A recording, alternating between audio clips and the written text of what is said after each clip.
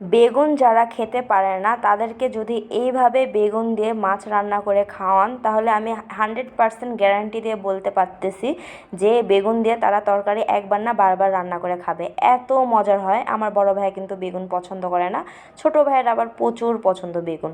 তো আম্মু আবার এইভাবে চালাকি করে রান্না করে যাতে আমার বড় ভাইয়া এক এক পিস নেয়। তো এটাই আমি শেয়ার করব, যারা বেগুন খেতে পারে না তারা একবার হলো এই রেসিপিটা ট্রাই করবেন, অনেক কিন্তু মজার হয়, অনেক টেস্টি হয়, একদম ইজি রেসিপি। আমার আম্মু কিন্তু একদম কম মশলা দিয়ে ঘরোয়া পদ্ধতিতে যেভাবে রান্না করে অনেকটা কিন্তু মজার হয়, সেটাই শেয়ার করব আজকে আপনাদের সাথে। আসসালামু আলাইকুম, সবাই কেমন আছেন? আলহামদুলিল্লাহ, আমিও আপনাদের দয়ায় অনেক ভালো আছি। তো ফার্স্টে আম্মু তরকারিটা রান্না করার জন্য ফার্স্টে হচ্ছে বেসন গুলিয়ে নিচ্ছে। বেসনটাতে ফার্স্টে হচ্ছে মরিচের গুঁড়ো আর স্বাদ মতন লবণ দিয়ে একটু একটু করে পানি দিয়ে একটা ব্লেটার বানিয়ে নিয়েছে, সুন্দর করে মিক্স করে নিয়েছে, দেখতেই পাচ্ছেন সুন্দর করে গলিয়ে নিয়েছে। তারপর হচ্ছে বেগুন কিছু কেটে নিয়েছে, 3টা না 4টা বেগুন নিয়েছিল, কেটে সুন্দর পিঠ চিড়ে চিড়ে দিয়েছে। তারপর একটু লবণ আর মরিচের গুঁড়া দিয়ে সুন্দর করে মাখিয়ে নিয়েছে, একদম গায়ে গায়ে করে মাখিয়ে নিয়েছে। তারপর হচ্ছে শিং মাছ দিয়ে রান্না করবে, তার জন্য শিং মাছগুলো সুন্দর করে ধুয়ে নিয়েছে, দেখতে পাচ্ছেন একদম লাল হয়ে গেছে, এত সুন্দর করে ধুয়েছে। তারপর আদা রসুন বাটা, হলুদের গুঁড়া, মরিচের গুঁড়া, লবণ দিয়ে সুন্দর করে মাখিয়ে রেখে দেবে এক সাইডে। মানে একেবারে সব যা যা মাখামাখি লাগবে সব করে নিয়েছে আম্মু। তারপর রান্না করতে যাবে। আমার আম্মু এরকমই সব একসাথে জোগাড় করে নেয়, তারপর রান্না করতে যায়। তারপর হচ্ছে আম্মু একটা প্যানে তেল দিয়ে নিল, তারপর যে বেগুনগুলো যে মাখিয়ে রেখেছিল না মরিচের গুঁড়া লবণ দিয়ে, সেগুলো বেসনের ভিতর ডুবে ডুবে সুন্দর করে ভেজে নেবে, যেভাবে আপনারা বেগুনি খান সেভাবে ভেজে নিচ্ছে। বেগুনি কিন্তু পাতলা পাতলা হয়, আর এটা রান্না করবে তার জন্য একটু মোটা মোটা, আর একদম ভাজাও লাগবে না যে একদম ভাজতে হবে, সিদ্ধ হয়ে যেতে হবে সেরকমও করা লাগবে না, একটু লাল লাল হলেই হয়ে যাবে, কারণ এটা তো রান্না করবে তাই না। তো সুন্দর করে যখন লাল লাল করে ভাজা হয়ে গেছে দেখতেই পেলেন, তখন হচ্ছে আম্মু তুলে নিয়েছে। আর সে প্যানে হচ্ছে শিং মাছগুলো দিয়ে নিচ্ছে, শিং মাছটাকেও সুন্দর করে এপার ওপার করে একদম লাল করে ভেজে নেবে আম্মু।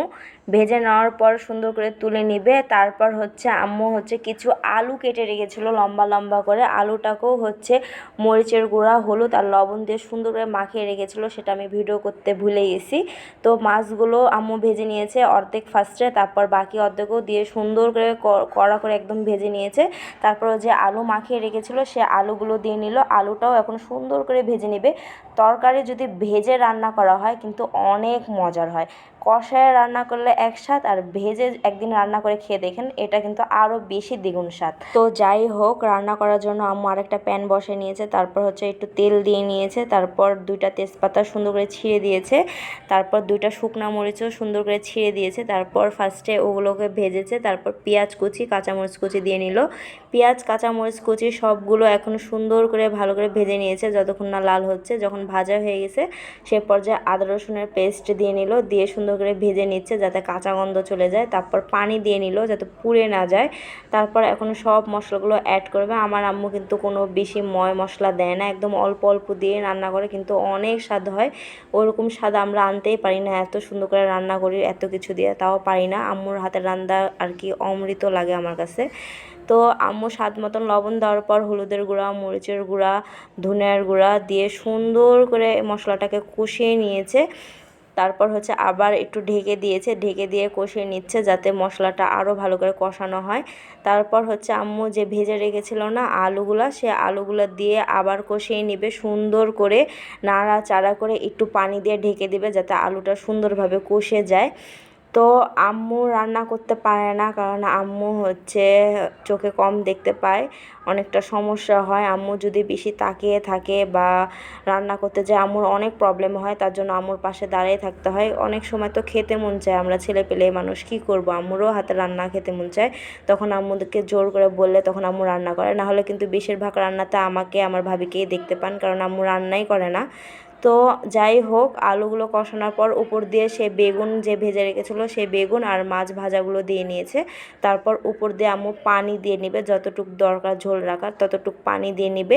আর এই পর্যায়ে ঝোল দেওয়ার পর লবণ লাগলে লবণ দিয়ে নেবেন, আর আমাদের একটু লবণ লেগেছিলো, অফ ক্যামেরায় দিয়ে নিয়েছি। তারপর ঢেকে দিল 5 মিনিটের মতন, 5 মিনিটের মতন ঢেকে রেখেছিলো। তারপর হয়ে গেছে, ফোটানোর জন্য ঢেকে দিয়েছিল, এ তো হয়ে গেছে, যেহেতু সব কিছু ভাজা কষানো সিদ্ধ হয়ে গেছে, তখনই তো অলরেডি সিদ্ধ হয়ে গেছিলো, একটু ঢেকে দিয়েছে জাস্ট ঝোলটা ফোটানোর জন্য।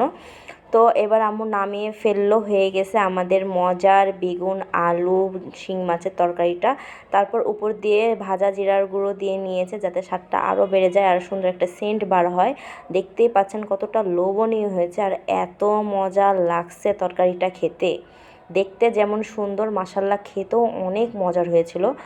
আর আপনারা একবার হলেও এভাবে বেগুন রান্না করে দেখবেন, অনেক কিন্তু মজার লাগে, খেতেই মন যাবে বারবার। কিন্তু এভাবে রান্না করলে একদিন রান্না করেই দেখেন না, এত মজার হয়। আমার তো বড় ভাইয়া বেগুন খায়ই না, সে মানুষ হচ্ছে 2 বেলায় বেগুন দিয়ে ভাত খেয়েছে, 1 পিস হলেও নিয়েছে, 2 বেলায় 1 পিস 1 পিস করে নিয়ে খেয়েছিল। ও মনে করেছে ফুলরি বা হচ্ছে বড়ি, যেটা আমরা রাজশাহীতে খাই। তো পরে বলছে যে হায় আল্লাহ, এটা তো বেগুন, আমি বুঝতেই পারিনি। কিন্তু ও অনেক মজা করে খেয়েছে, কারণ বেসন দিয়ে বানানো হয়েছিল। তো তো আপনারা একবার হলেও ট্রাই করবেন। আর আমার আজকের রেসিপিটা কেমন হয়েছে অবশ্যই কমেন্ট করে জানাবেন। তো ভিডিওটা আজকের এখানেই শেষ করছি। ভিডিওটা ভালো লাগলে লাইক ফলো শেয়ার করে দিবেন আর আমার ইউটিউব চ্যানেলটাকেও সাবস্ক্রাইব করে দিবেন। দেখা হবে নেক্সট কোনো ব্লগে। ততক্ষণের জন্য সবাই ভালো থাকুন, সুস্থ থাকুন, আল্লাহ হাফেজ।